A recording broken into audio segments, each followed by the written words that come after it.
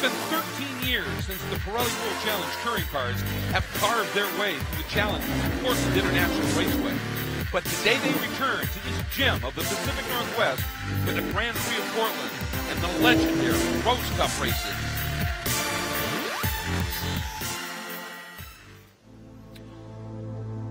Portland, Oregon, and Portland International Raceway. It's been a long, long time since the Pirelli World Challenge has visited this facility. One of the classes that ran then was touring car.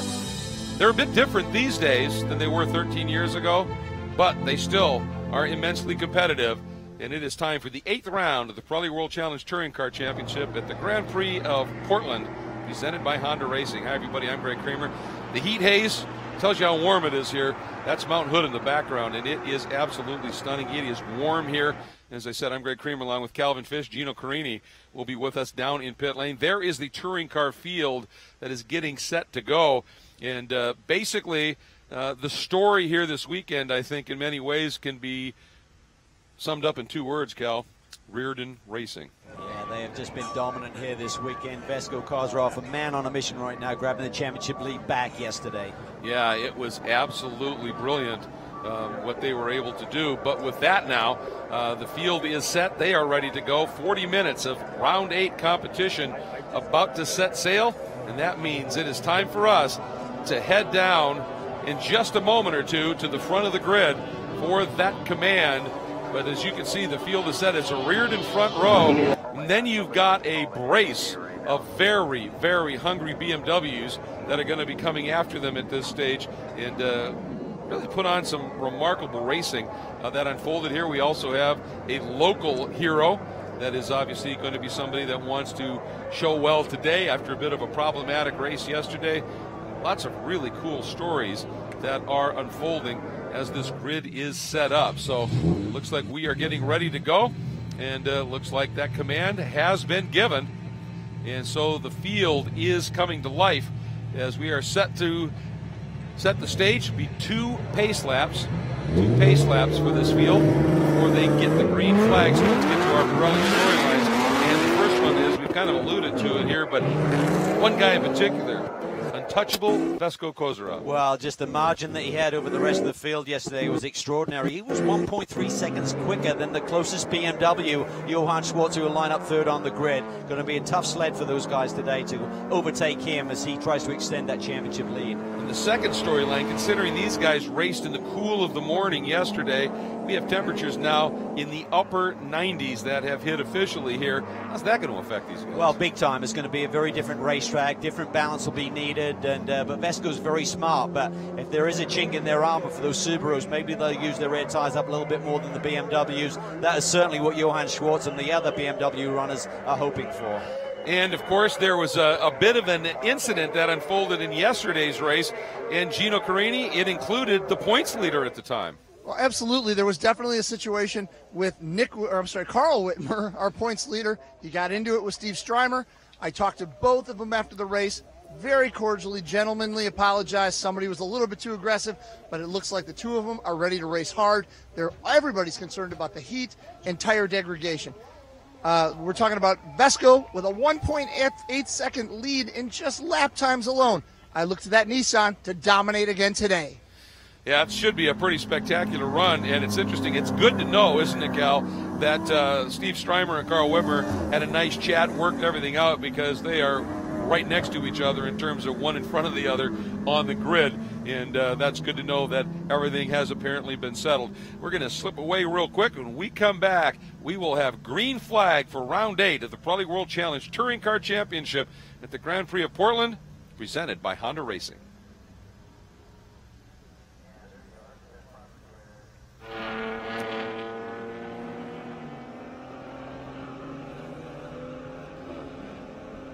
And those of you that have just stayed tuned in here, obviously it was back-to-back and a very quick turnaround. Glad to have you with us for the last time of this 2018 visit to Portland International Raceway for the Pirelli World Challenge. The touring cars are getting set to go. We appreciate you tuning in. As always, we're building a CBS network show, so do keep that in mind as we work our way through with some pauses now and again.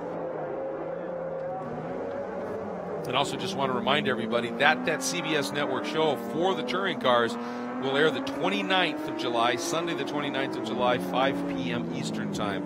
And that, of course, is the enhanced coverage with the onboards and the like. So make sure you tune in for that as well. And as this field starts its second pace, that one of the things that we haven't talked about too much here is the simple fact that this track is less than 2 miles in length. You get around it fairly quickly. That's why they give them the 2 laps to really make sure that everybody's set and ready to go. Oftentimes you give them a little extra time just to get some heat in the tires. Don't think that's an issue today. That's an issue today. Yeah, I think the cutoff mark is 2.5 miles. Anything 2.5 or less gets 2 pace laps. Anything 2.5 or more is just a single formation lap. It's going to be interesting to see because Whitmer, that was a pretty solid hit, and the car definitely was affected in terms of its handling. And classic BMW crew is as good as it gets, certainly, and I'm sure they've given him an awfully solid weapon. But the thing is, there was no morning warm-up, no practice or anything, so they aren't really sure maybe what they have at this stage. We're going to pause. We'll be right back with CBS Sports.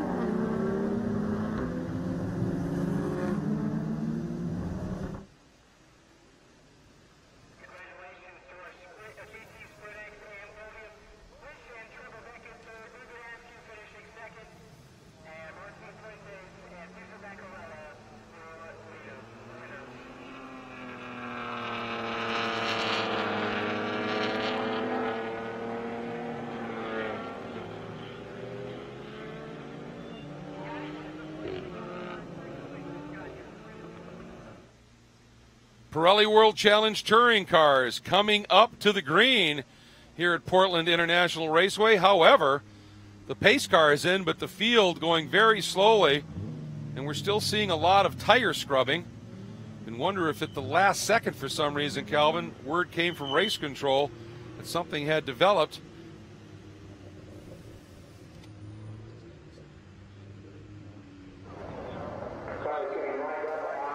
Welcome back, everybody, as the field comes onto the front straight. As always, for the second of the doubleheaders at a Pirelli World Challenge touring car event, it is a standing start. And there you see the all-Reardon Nissan front row. And Vesko Kozarov is elected to take the pole from the outside lane.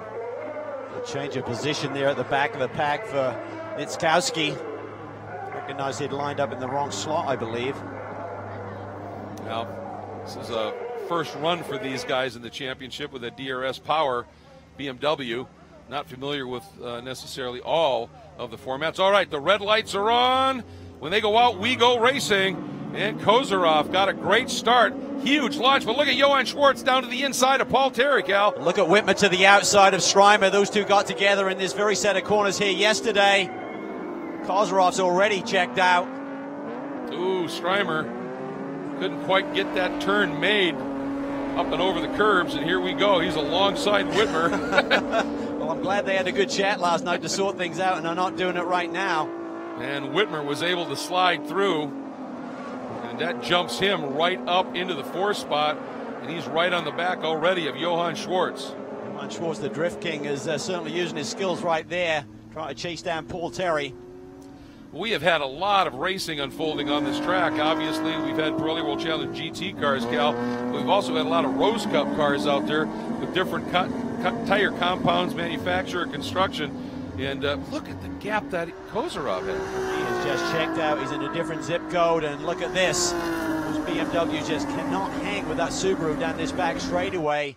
Even though Johann Schwartz is able to square off turn 7 and get on the power a little bit earlier, he just gets gapped there. He's just got to focus on maintaining the tires, managing those, and hopefully with a long green flag run here, he'll be able to attack a little bit later in the going. Yeah, absolutely. Boy, did he, though, get a run right onto the back of Paul Terry. But here's where you talked about it, that Nissan just a little bit more oomph, eases away just a little bit. Look at Whitmer looking way down to the inside.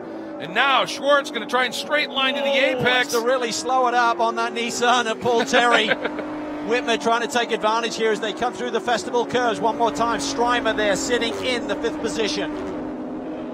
Now Whitmer takes another look, not quite close enough. And those two guys, Schwartz and Whitmer right now, I think they realize that maybe Terry is not comfortable in that car right now, it does look a bit loose. We saw that yesterday. Until he could really maintain the gap there on Johann Schwartz, he seemed to be under attack, having to defend. You can see the compromised line. The entry there to turn 7 does not want to open up the door. Oh, he's sideways. Barely controls it. Schwartz is through. Whitmer will have a run as well. And that's what Schwartz needed, not just to get by him, but to get by him with enough momentum to be able to pull a little margin. And now Whitmer, did he clear him, Cal? He did. And here comes Strymer. Strymer gets a run on him, so by compromising his entry there for turn 7, look at Strymer. He looks to the inside as to tuck back in. Yeah, Paul Terry really cost him there. Just try to get on the power early with the increased steering input you have by taking that shallow angle. Just cost him coming off the corner. And for Strymer, he would really like to have a good day today. He's a local driver. Portland is home. And he really would like to put together a run. And he's got a run right now. And Terry looks down to the inside as they head into the festival curves. It's a matter of, nope, Terry just had enough speed and angle into that corner. Did. Things settling in now, so even though Kozarov has the fastest lap, it's only by a couple of tenths over Johann Schwartz, but the gap is nearly up to 4 seconds early.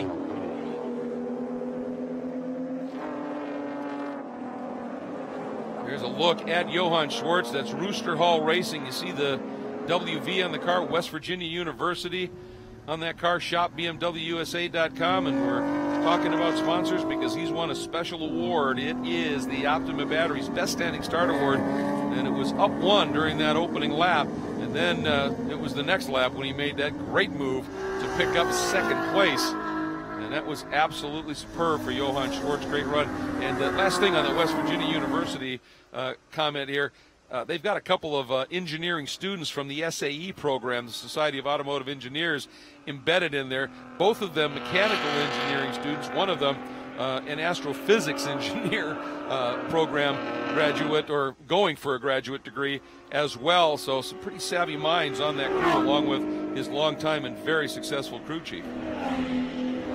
Yeah, he's had a great start and he's got good track position. The biggest problem is the man he's chasing in the championship is up ahead of him. It doesn't look like he's throttling back, even though Johann just took down the fastest lap of the race at 1:23 flat to Kozrov's 1:23.2. Good look there at the 19 of Sean Quinlan, running for Stephen Cameron Racing in the BMW M235IR, running back in the 8th spot right now, but great to have him in the championship. Sean coming from Palo Alto, California. A great battle in the mid-pack yesterday between a host of BMWs. Indeed. Like they had their own little race going on. Strymer now closing in on Paul Terry. Terry really takes that protective line there through turn 7. This is that reprofile corner from a few years ago, different to when I last competed here. Really is a much tighter corner, but with a much wider entry potential. There are those two Nissans, but you just mentioned the 27 of Jason Clooney, and about halfway through yesterday's round 7 of the championship, he just came alive. And I think he came from something like 7th and just made pass after pass after pass, ended up 4th. And it just seemed like that classic BMW M235IR later in the race came good, and he turned a pretty good lap to qualify for this one in 6th. And now we'll see if he's able to, if he can just get close enough up there and see what he's able to do at this stage. He's got Matt Travis, who was one of the cars that he had a great battle with, a teammate for Classic BMW, right behind him. Yeah, it was certainly a classic battle, all right, and you'd have to think those two boys shared a beverage last night in terms of talking their way over that battle they had yesterday. And it was resumed once again. They seem very evenly matched here. Travis certainly a man on form, high up in the point standings. You bring up a very good point. You know, the race itself you love, but the bench racing sometimes is even better. And I'm trying to see, has there been a problem for, that's Vesko Kozarov, such as his lead. Yeah, you think there's a problem for the rest of the field, but he has got them covered here by the tune of 3 seconds and only 4 laps. Vesko Kozarov is on form once again. Johann Schwartz runs 2nd, and Carl Whitmer for Classic BMW completes your top 3.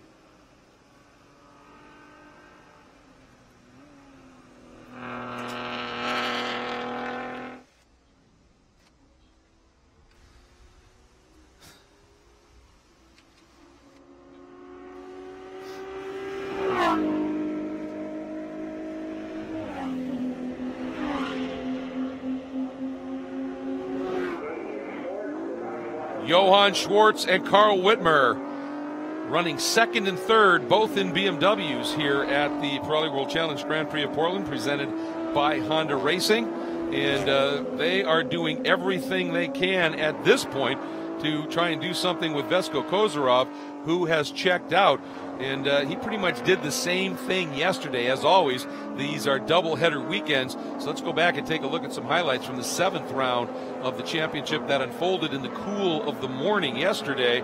And this track was ready for these drivers to get after it here. Absolutely beautiful morning, as we said, cool and comfortable. And for Vesko Kozarov on the pole with a rolling start, he just launched. And you can see everybody fanned out, Cal, but nobody had an answer for Vesko. No, it's right from the jump here. He has a massive gap as they turn into the first corner. Look at that. He's on his own, but right behind him it gets really tight there through turn 2.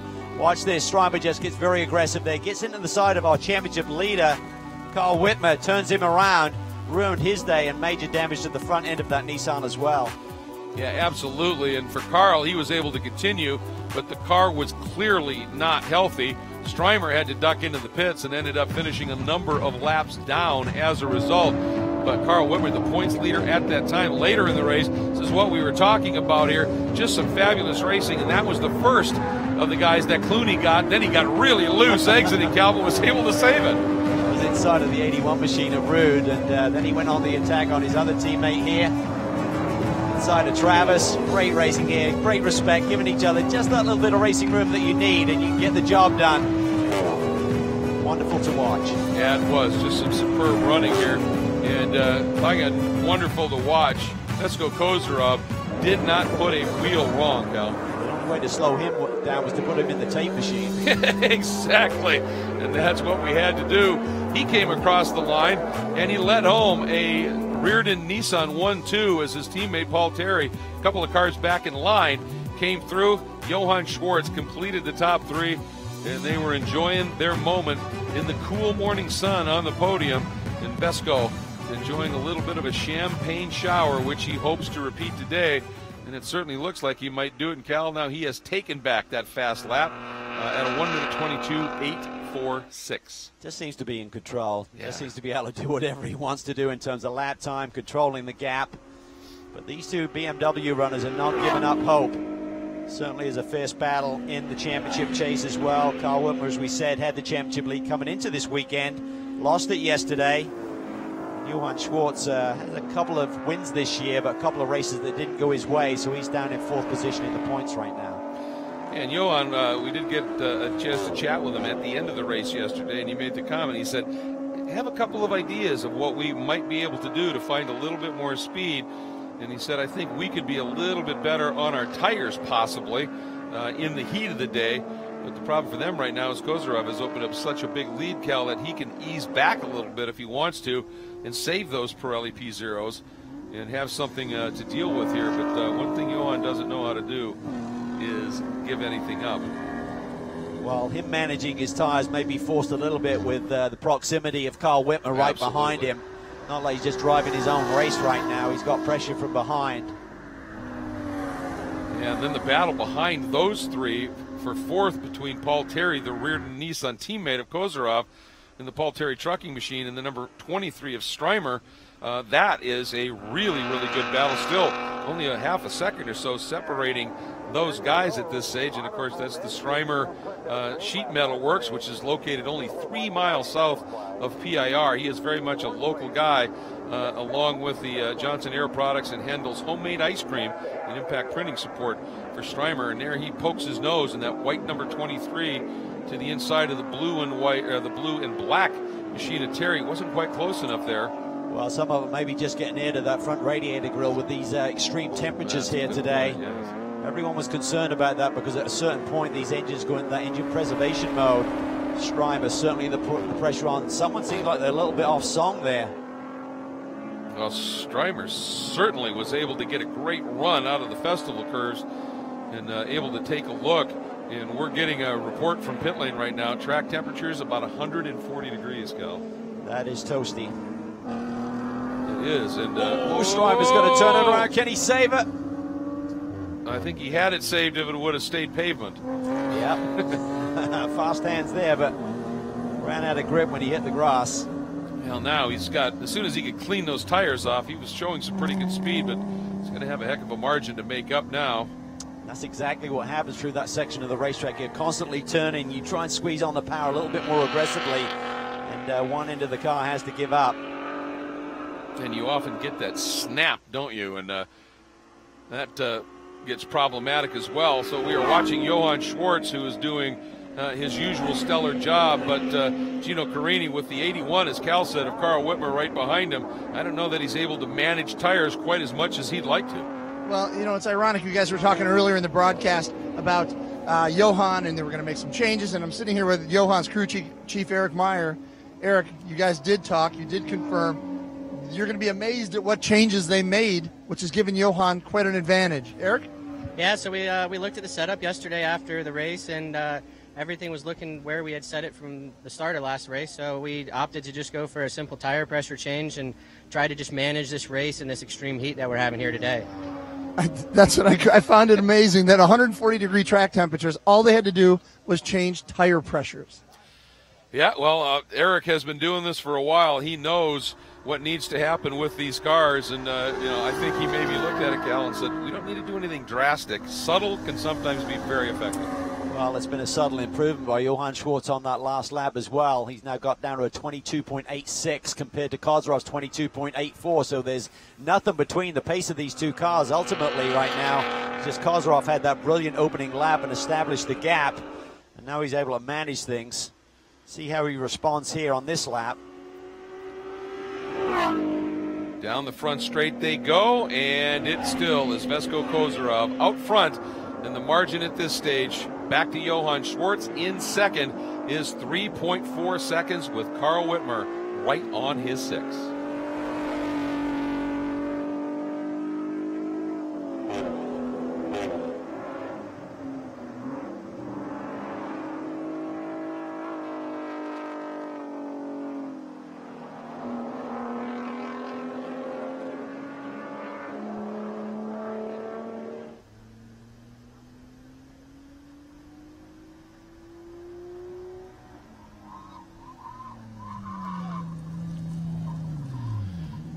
Welcome back, everybody, and a huge moment and a great job of avoiding the barriers for Vesko Kozarov, the race leader, Cal. It just suddenly locked up on him violently, and he was just able to keep it out of the wall. Yeah, that was crazy there. Just had the fronts totally locked there, so I'm not sure if he's lost some of the rear braking pressure or something's askew with the suspension setup, but either way, a big moment there for Vesko, and suddenly the two BMWs are through. Johann Schwartz now leads this motor race. This is coming out of turn 6. Watch when he jumps on the brakes.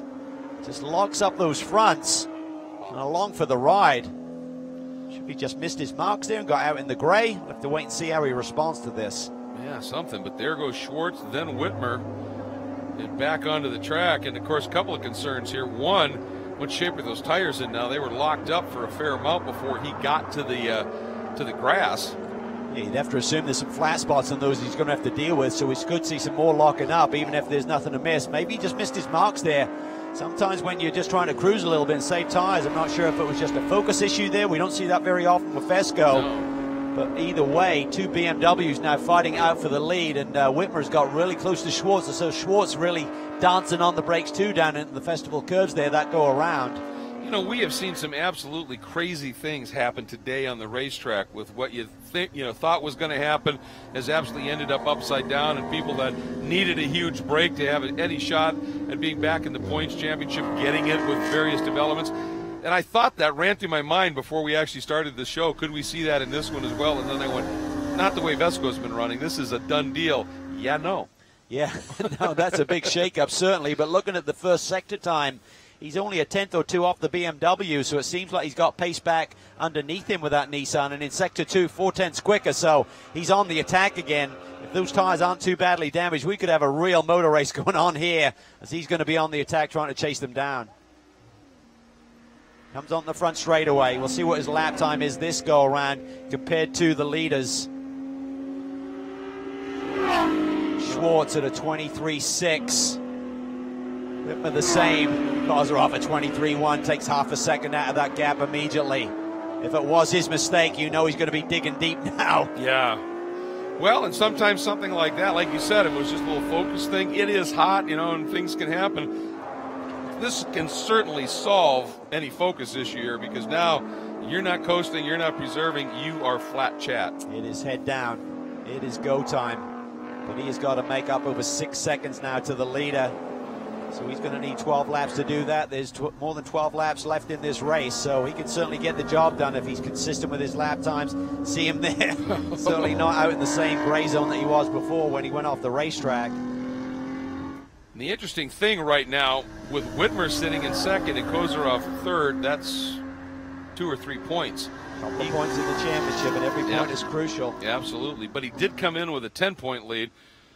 Whitmer right now would love to be able to just pull something off, sneak around Schwartz, and be able to make that a little bit more of a swing, assuming that Kozarov in the remaining time, and he's still got over half the race to try and run him down. See Whitmer there just immediately popping out of the drop. He needs to get air to the front end of that BMW.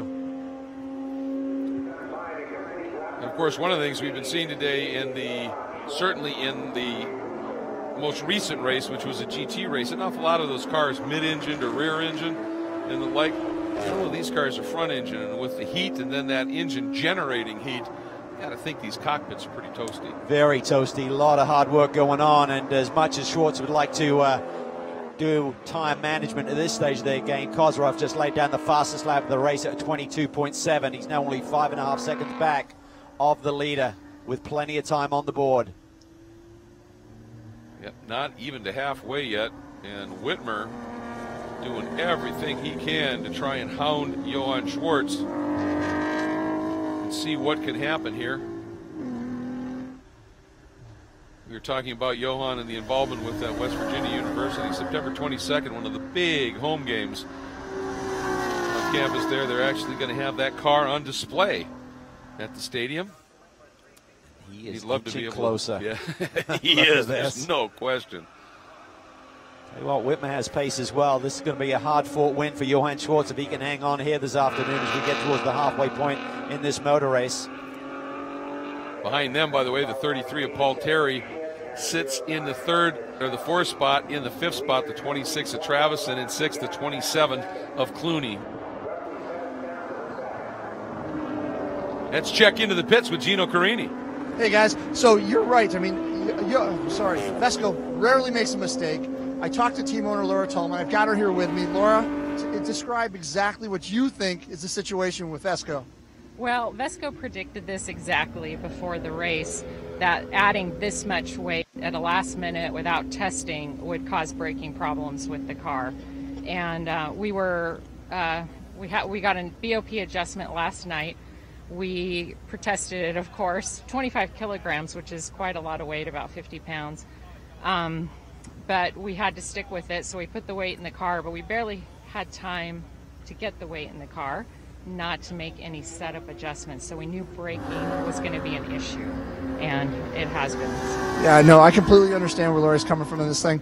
It's, we have to test these BOP adjustments. They do, and obviously it didn't work out in their favor, and we hope for the best for you guys today. Thanks. We came 2 weeks ago and did our homework and tested here. So unfortunately, it's not going to pay off right now.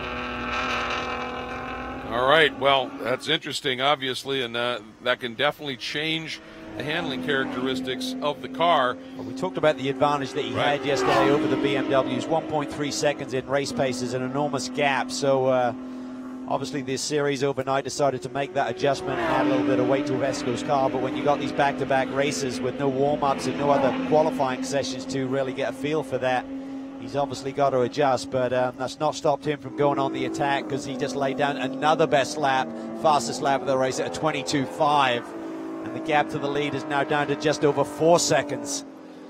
So he is coming, no question about it. Schwartz and Whitmer continue to lead in the BMWs.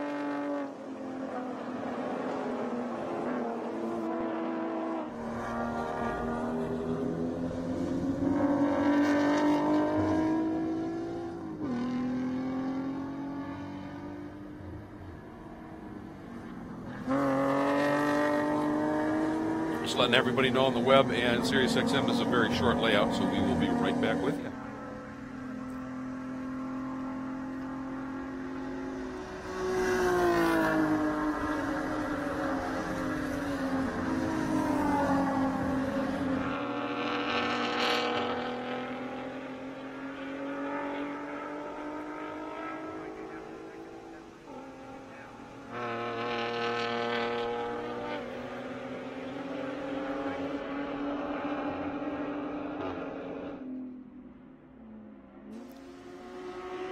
great battle continuing to unfold here in a number of different parts of the track. There is a look at a resurgent Steve Strymer as he is trying to work his way back up after that moment and gather things up here and get going after it again. And we've talked about it a little bit. This one was something very special for Steve Strymer, as his business and his home is very much local here. And he had said, I was waiting when this appeared on the schedule. This one was going to be very special.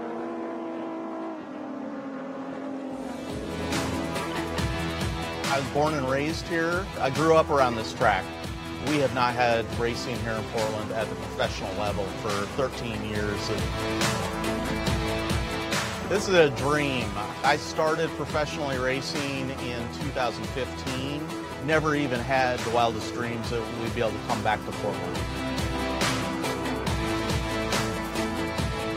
When I think about Portland, I think about the outdoors, nature. The mountains and the coast are both within about an hour and a half away. There's real movement to move into the city. There are areas of town that just are really vibrant. One neat thing is, because I have the experience I do at the track, it's going to be like putting an old shoe on. There is a little added pressure, lots of friends and family. We're just really excited.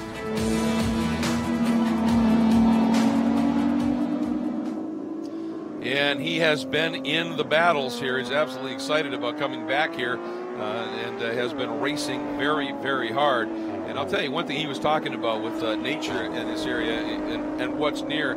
The drive from the Oregon coast up to Columbia River Gorge to Mount Hood, where you go from beaches to snow-capped mountains through that gorge, is one of the most unbelievable stretches of scenic majesty you can imagine. Certainly a wonderful part of the world that we're in here this weekend, and certainly the weekend has not gone his way. Been involved a little bit, as you said, but he's still digging deep and fighting. Had that brilliant performance at VIR where he had the podium run and the win, of course, so that was kind of his breakout session and gave him a lot of confidence for the rest of this season.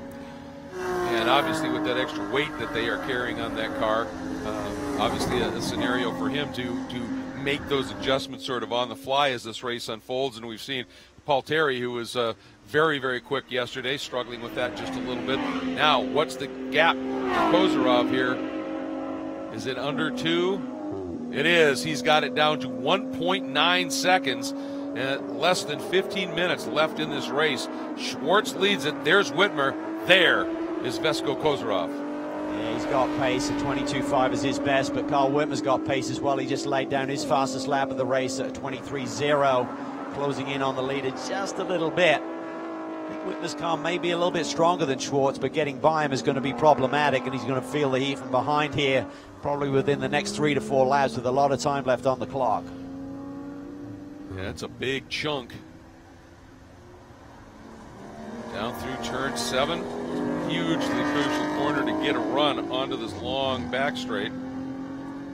And the thing is, I mean, obviously with those Nissans, there's no question they're really good in a straight line. And the problem is when you get that extra weight, you have to accelerate it, you have to slow it, you have to corner it. But once you get up to speed, if you've still got motor, you do run a little bit quicker.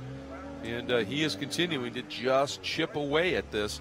The question is going to be, I think, once he catches them and gets to a position when he can actually start to race them, Cal, will he have tire left? Yeah, he will have certainly used them up to get to those leaders right now. But talking about the gaps, the speeds, I mean, Schwartz came across the speed trap at a 126.5, Whitmer a 127.3, Kozarov a 128.1. It's not like we're talking 5 miles an hour. It's just a mile or 2 between them.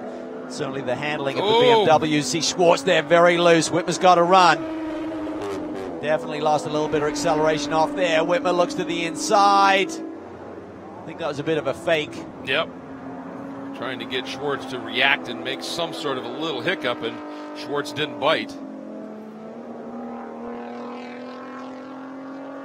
You definitely don't need Johan to start backing you up towards Kozarov any quicker than it needs to happen anyway with Kozarov's pace. There's going to be a fight here in a couple of laps or so. And there is Kozarov. Last time by start finish, he took another couple of tenths out. Whitmer's car is stronger. He's got better balance right now. Johan's just hanging on. And some traffic coming up in front is Nitskowski. in that DRS Power BMW. Certainly on the attack, though. Really aggressive there through turn 10, setting up for this very critical final corner. Cars look nicely balanced coming off there. You can see there Whitmer again just refuses to pick up the draft effect, which would be an advantage in terms of speed, but would not be getting the air to the front end of that BMW and cooling that motor. When you stay out of the draft for that length, he's got to be seeing some temps that at least have him sitting up and taking notice a little bit. Well, you have to wonder if he's just managing them, and then when he gets a little bit closer and towards the end of this race, maybe with 5 minutes to go, he'll be willing a risk, getting a bit more temp in that motor and picking up the draft effect and making a move down into turn 1.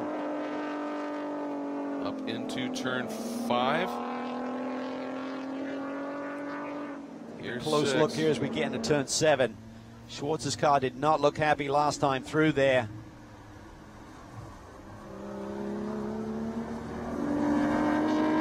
Kozrov has caught them. He may just settle in here a little bit and just cool off those tires before he goes on the attack. Yeah, make sure you have a good weapon. You don't want to wait too long, but he took enough out of that car and those tires that would make sense. Whitmer looks, he wasn't quite close enough. I thought maybe he was, but again, I think it's just what you were talking about, is just making sure he's got air into that front end. And they're right up behind Nitzkowski here. That could help Schwartz if he's able to pick up a bit of a draft here. Whitmer, as you can see, immediately tucks out, does not want to get that draft effect, which normally every race car driver would be trying to gain. He is right there, Kozarov right on the tail of the BMWs. Where does he attempt to make a move? Looks like he's able to roll a lot of speed through turn 1 in comparison with the BMW. This is the first chance we really had to see where the advantage is, because he's been in his own world running out front. You've not been able to compare where the strengths are and the setup work that they did here in that test. This is very much a balanced part of the track, working your way through. That turn 5 tightens up immensely, so you can't just turn it right down to the apex going into 4 and 4A. Oh, you can hear the tires squealing for mercy there coming through that corner. Cars are off very smooth, putting the power down. It's like gear ratio wise, it seems to be in the sweet spot of the BMWs a bit more than the Nissan coming off turn 7. All right, but now Kozarov gets that head of steam built up here. It's not quite close enough. Watching him through this section here, I mean, you got to flow speed in here, but if you throw it in to turn 10 too much and you get all squirrely in 11, I mean, you're just parked coming out of 12. He looks super calm, like he's really not stressing the tires. Yep. Talking about Kozarov, that is, through that turn 11. He's really not forcing the issue. He's a smart driver. He is savvy. I think he's just trying to keep plenty of tire underneath him. He may have felt that, you know what, I've abused him getting back to the front of this race. I think with 5 minutes or less to go, he's going to go on the attack. And he, too, seems to be moving on the straights, just trying to get some air into the front of these cars as these temperatures have climbed into the upper 90s here at Portland International Raceway. We've got a good battle brewing, so we're going to take a quick break. We will be right back to take you to the finish.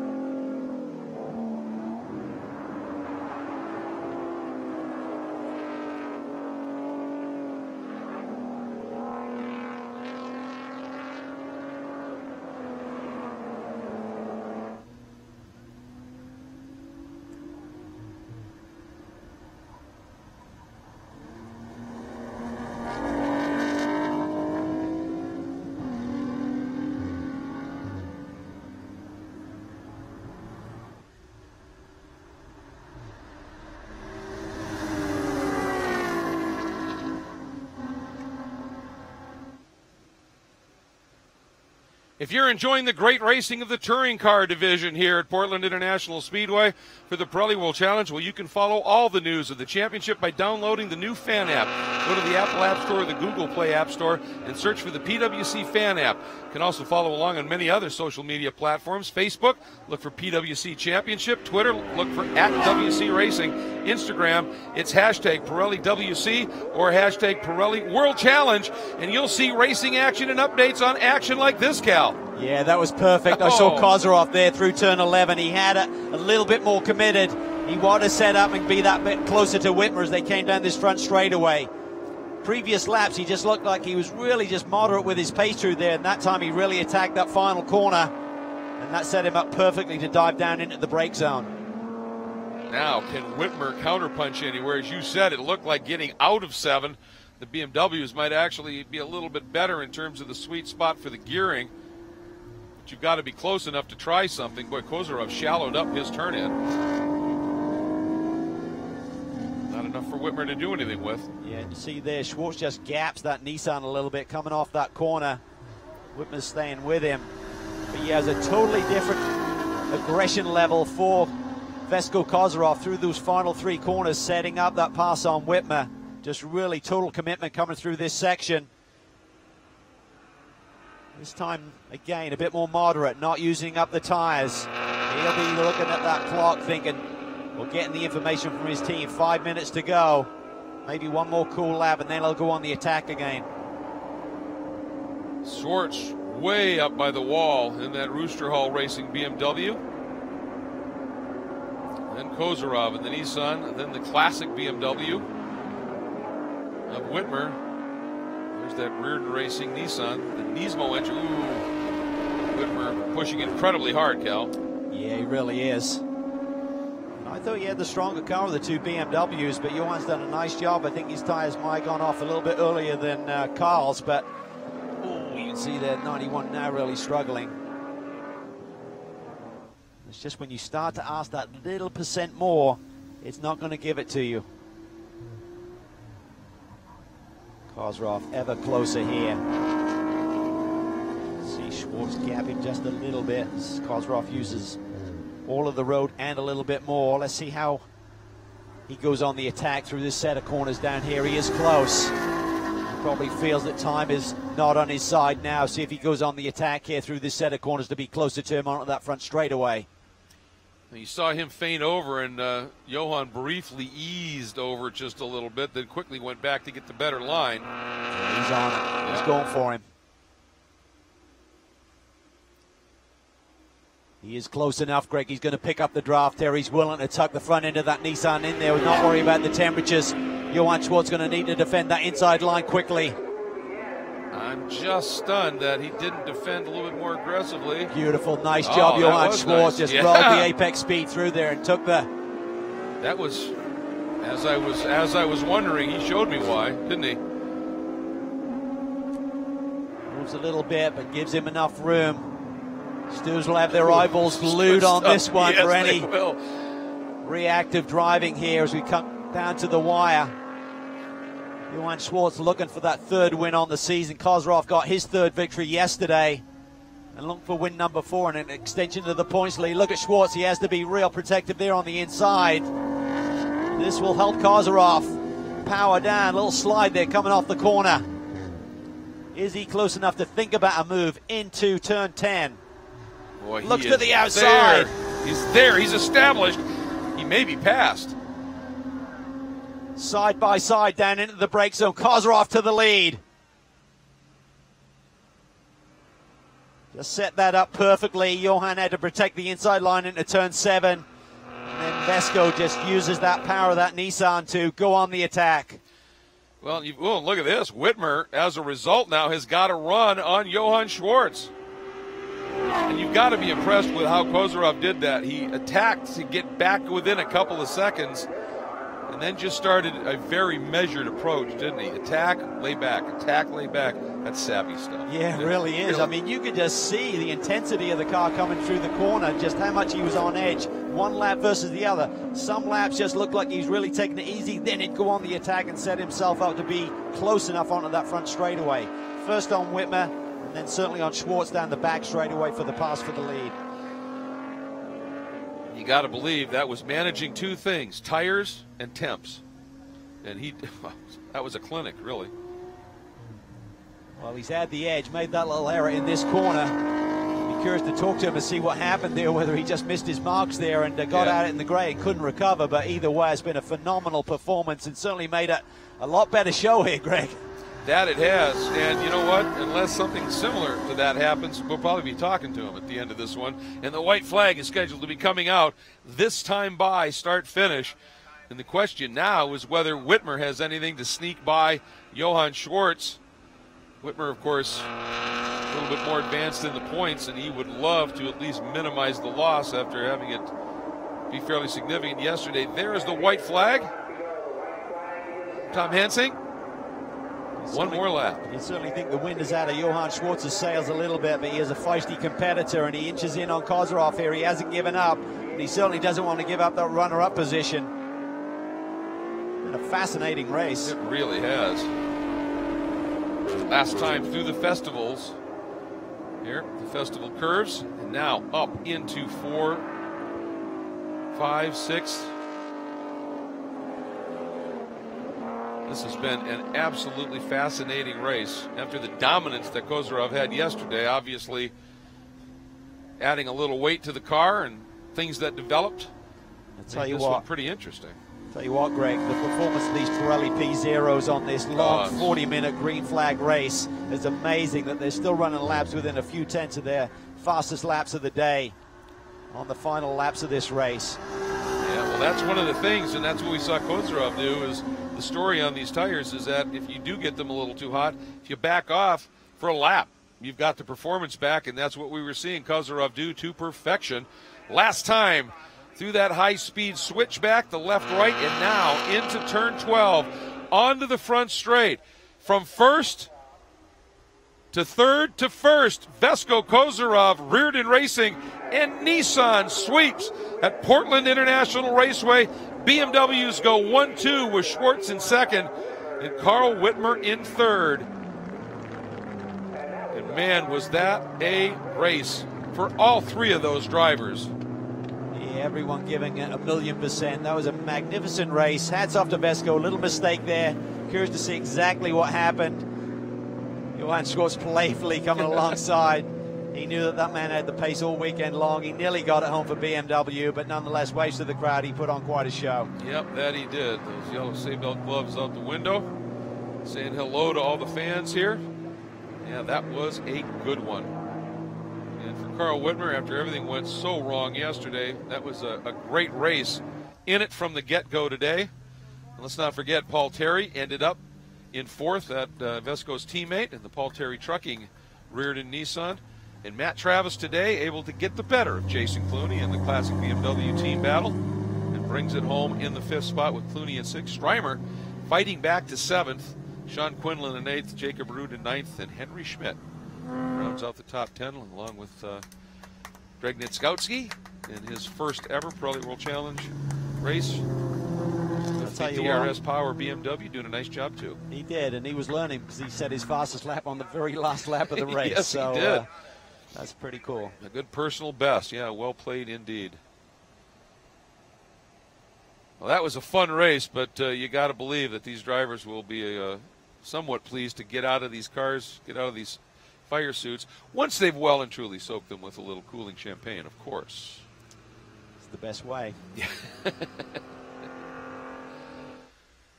All right, they make their way into pit lane, and the top three, of course, will go to the Victory Circle staging area.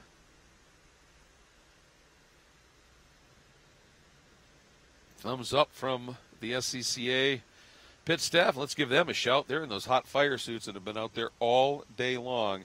So big kudos to the Pirelli World Challenge and WC Vision pit staff doing an absolutely superb job.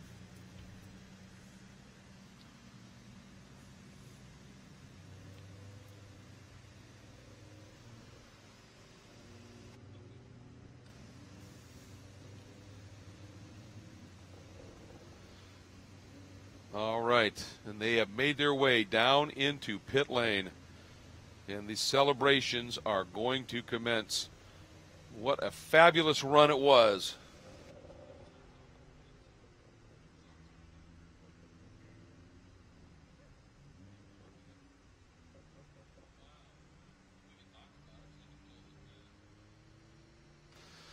And you can see the celebrations down there. Absolutely wonderful what has just unfolded on this one, and just a couple of great stories as this race unfolded. Let's take a look at the unofficial results at this point. Vesko Kozarov with that great start from the pole, and then that rare mistake, but perhaps driven by a little bit of a weight change in the car.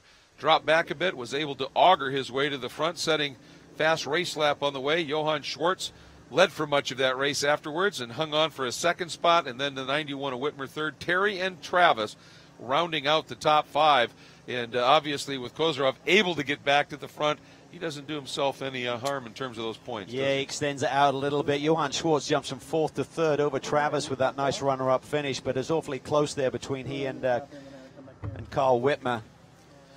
And in the manufacturer standings, they came in. Nissan and BMW were absolutely dead even when this race started.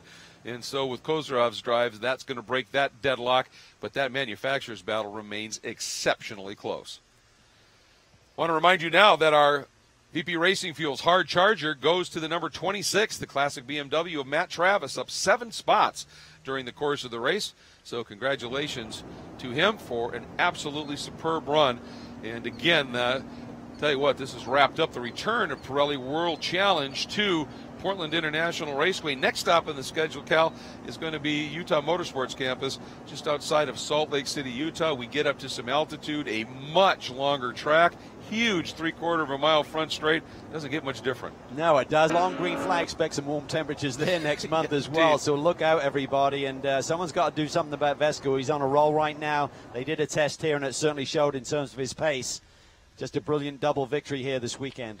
It was that. I don't know that we're going to be seeing, well, we certainly could out there, you're right, but 98 degrees ambient, 140 degrees track temperature as the checker flag came out today. It's going to wrap things up from Portland International Raceway. For Calvin Fish, Gino Carini, and our entire CBS Sports Network crew, I'm Greg Kramer. In association with WC Vision, this has been a presentation of CBS Sports Network, your 24-hour home of CBS Sports.